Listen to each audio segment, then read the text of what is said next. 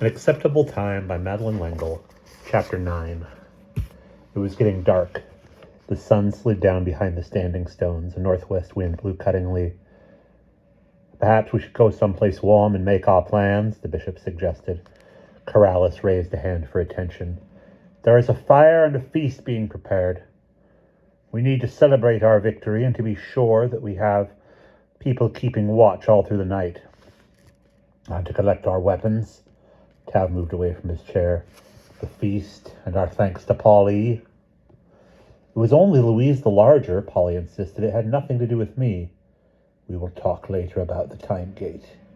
Corrales started toward the lake and the tents. Zachary shouted after him, "Wait!" Corrales paused. "I don't understand your time gates," Zachary said, "or how I could possibly be here. But I saw that kid in the wolfskin, Cub, our young gray wolf. I saw him calm the old man's heart." "The bishop," Polly amended. "Please, I don't want him to forget me." Corrales looked at Zachary compassionately. "He will not forget you. Now come with me." At the lake, a great bonfire was blazing, so bright it almost dimmed the stars, which were coming out as night deepened. The wounded men and women were attended by other members of the tribe, so that they would not be left out of the celebration, and the two raiders were there too. The man with the concussion had regained consciousness, and Eagle Woman had been placed next to him. Despite her arm and shoulder held in the sling, the fact that her lips were white with pain, she was watching him with care. "The dark of his eyes is back to normal," she said. "He will be all right." Polly, the bishop, and Zachary were given seats on skins piled near the star-watching rock. Near them was the young raider with the broken femur, and Anirul sat by him, helping him to eat and drink. Behind them, the oaks rose darkly and majestically, their great branches spreading across the sky, with stars twirling through the branches as an occasional bronze leaf drifted down. Across the lake, the mountains loomed darkly, their snow-covered peaks just beginning to gleam as the moon prepared to rise. The shore where the people of the wind had their tents was invisible in the distance. Corrales stood at the water's edge and raised his arms to the sky. "Bless the sky that holds the light and the life of the sun and the promise of rain," he chanted, and one by one the other council members joined him, echoing his song.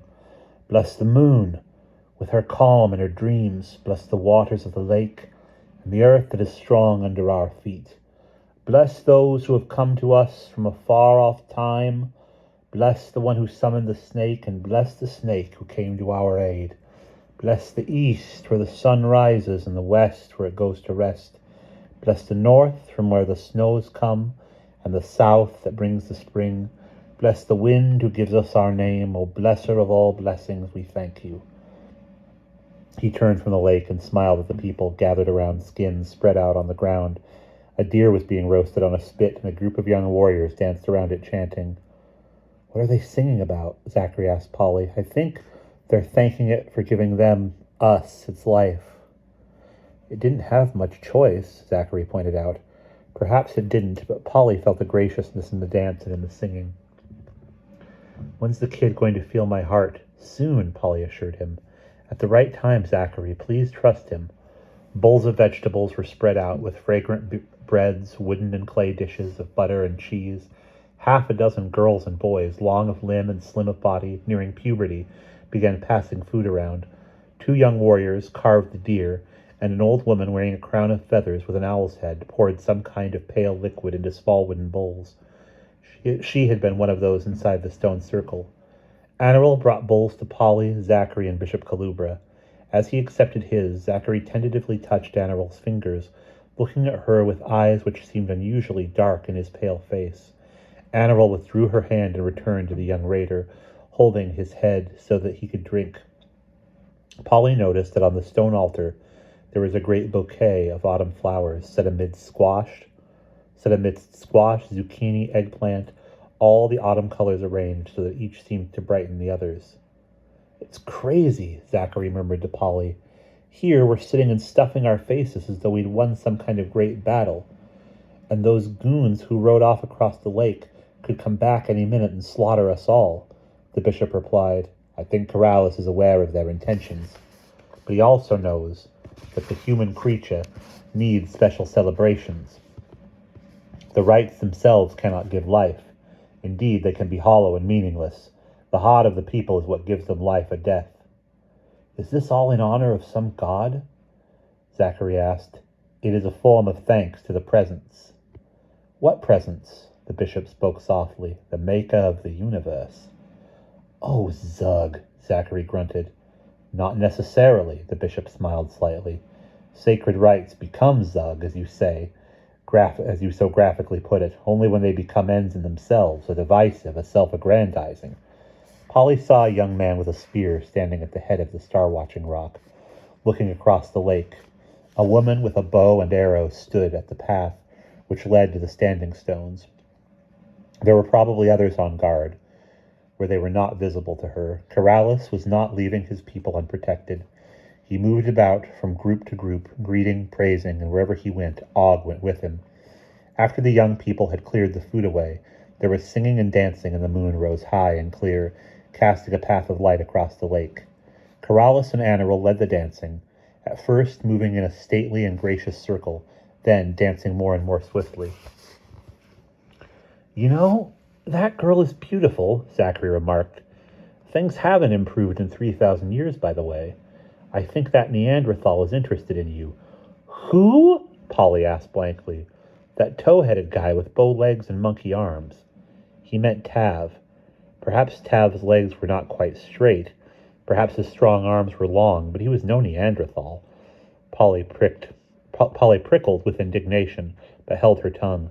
She was uncomfortable both with Zachary's obvious fascination with Anarel and with his jealousy of Tav's interest in her. She kept her voice quiet. I don't think it's a very good idea for either of us to get involved with someone who's been dead for 3,000 years. They're not dead tonight, Zachary said, and neither are we. And if I can lengthen my life expectancy by staying here, then I'll stay. Anyhow, didn't the bishop say the time gate was closed? We're stuck here, so we might as well make the best of it. Cub approached them, spoke to Zachary. I would feel your heart. There is, I think, trouble there. Zachary turned toward Polly. She explained. Zachary looked at her with anxious eyes. Please tell him to go ahead. Cub slid his hand under Zachary's shirt, closed his eyes, breathed slowly. Well? Zachary asked impatiently.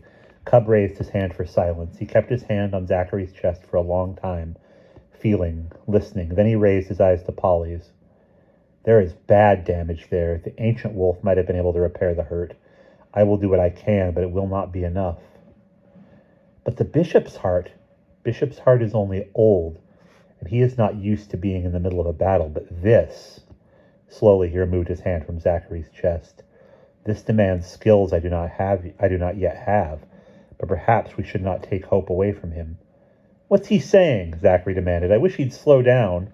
Polly replied carefully. He says your heart has damage, as you know, and that it will not be easy to fix. Can he fix it? He will do his best. Zachary moaned, put his face in his hands. When he looked at Polly, his eyes were wet. I want him to be able to fix. He will do his best. Polly tried to sound reassuring, but she was getting impatient. Cub said, Each day I will work on the strangeness I feel within his heart. The rhythms are playing against each other. There is no harmony. What? Zachary demanded. He will work with you every day, Polly said. He really is a healer, Zachary. He will do everything he can. Cub frowned with worry. Perhaps if Corrales, he looked at his hands, flexing his fingers. Now I must go see to the others who have been hurt. What do you think? There was renewed eagerness in Zachary's voice. I'd be glad to stay in this place, even with no showers or TV or sports cars, or all the stuff I thought I was hooked on. I guess I'm more hooked on life. He's a healer, Polly repeated. The drums were increasing their rhythms, and the dancers followed the beat. Tav came and took Polly's hands and drew her into the circle of dancers, and the touch of his strong hands did something to her that Zachary's did not, and she did not understand her reaction to this strange young man who thought she had been sent by the goddess as a sacrifice to the mother. Dr. Louise's words about sacrifice flicked across her mind and were wiped away as Tav took her hands and swept her into the circle of the dance. When she was panting and almost out of breath, he He took her to the edge of the lake, his arm tightly about her. I cannot let you go. Still caught in the exhilaration of the dance, she asked, What? It is very strange, Polly.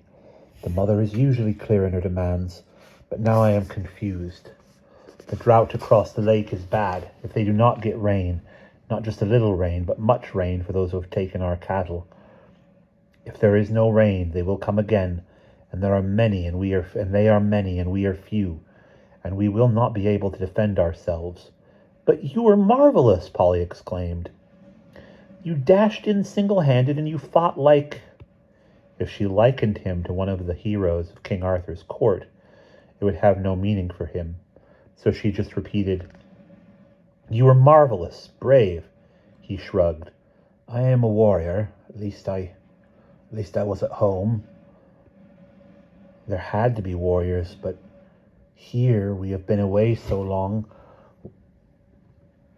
Here we have been so away from other tribes that only the drought has brought back an understanding that land must be protected. Land and those we love. He reached out his hand and gently touched hers, then withdrew. Polly sighed. I wish people could live together in peace. There's so much land here. Why do they want yours? Our land is green and beautiful. We have had more rain than across the lake. We use the water of our river to... He tried to explain. She understood that the people of Wind used some form of irrigation, which the people across the lake did not. Even so, there had not been enough rainfall.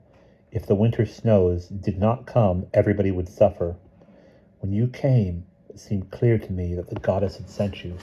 But now there is not only the old heron who came before you, but this strange young man who is as white of skin as I am white of hair. Do you pray for rain? Polly asked. Tav laughed. What else have we been dancing and singing about? Of course, she realized, all ritual for the people of the Wind was religious. To dance and sing is not enough, Tav continued. We must give. Isn't your love enough? The question sounded sentimental as she asked it. But as she looked at the moon, sparkling off the lake, she understood dimly that the love she was thinking about was not sentimental at all, but firm and hard as a star-watching rock. Tav shook his head. His voice dropped so low she could scarcely hear. I do not know anymore what is required.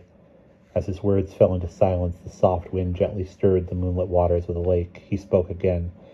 There are many women of the people of the Wind who are beautiful, who would like to please me, to be mine, but none has brought me that gift without which everything else is flat. That gift!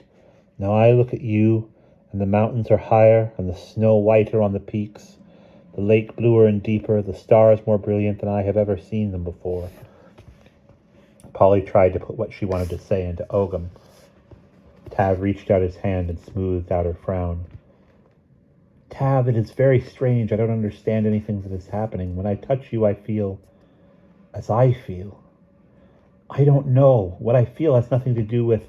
She touched her forehead, trying to explain that her reaction had nothing to do with reason. But, she looked at his eyes, which were silver in the moonlight, you think the mother wants blood? My blood? Tav moaned. Oh, my Polly, I do not know. I don't think the mother... She stopped, unable to think of a word for demand or coerce. Nearer our time, she thought, one name for the goddess was Sophia, wisdom, a divine mother, who looked out for creation with intelligence and purpose. She shook her head, realizing that even if she could put what she was thinking into Ogham, it was not within Tav's frame of reference. Tav took both her hands. We must go back to the others, or they will wonder. She had hardly realized that the singing had changed. No longer were the drums sounding the beat of a dance. The song was similar to the one Polly had heard that first morning when she crossed the threshold to the people of the Wind, but now it was gentler, quieter, almost a lullaby. We sing good night. His arm about her, Tav returned to where Bishop Kalubra and Zachary were sitting. Anarol was behind them, with the young raider. The singing drifted off as one by one or in pairs people went to their tents. Corrales came to the bishop, his long white robe pure as snow in the moonlight, the topaz in his torque gleaming. It will be my honor to share my tent, and Zachary, and you too, Zachary, Anaril left her tending of the raider and took Polly's hand. "And you will come with me." Aniril's tent was a lean-to of young saplings covered with cured skins. It backed against a thick green wall of fir and pine and smelled fresh and fragrant. There were 2 pallets of ferns covered with soft skins. Anaril handed Polly a rolled-up blanket of delicate fur. Polly took off her red anorak and sat down on one of the fern beds. Anaril squatted beside her. "Tav is well, Polly. You must know he is drawn to you."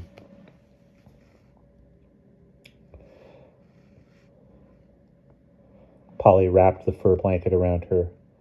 "And I to him, and I don't understand how I could be." Anaril smiled. "Such things are not understood. They happen.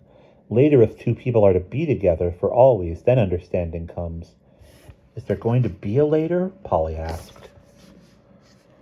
"I know the threshold is not open now, but I do need to get home to my own time before—" She could hardly bring herself to articulate it. "Before I have to be sacrificed to the mother." "That will not happen," Anaril protested. "There will be rain." "Across the lake?" "Across the lake." Polly said, "If it hadn't been for Tav this afternoon when the raiders came, and the others, but Tav leapt in and fought when he didn't know if the others were coming, and it was, oh, in a strange way, it was exciting." "You were a warrior too," Anaril said. "I just wasn't going to let those strange men carry you off." Anaril sighed. "And I am grateful to Tav, to you, and Karalis." "He tried to stop the fighting," Polly said, "but when he couldn't, we fought as well as Tav did." "We people of the wind," Anaril sighed again, "we have always been what the bishop called pacifists," Polly supplied. Anaril nodded. "It is the drought that has changed things. If it would only rain. The old gray wolf told us that there was drought many years ago, that we, my people, came here to this fertile place because our own grounds were parched. The grass is brown instead of green, the cattle with their bones showing, the corn not even making its tassels. We have been in this place since the old wolf was a baby. We cannot just leave and let the people across the lake take our home.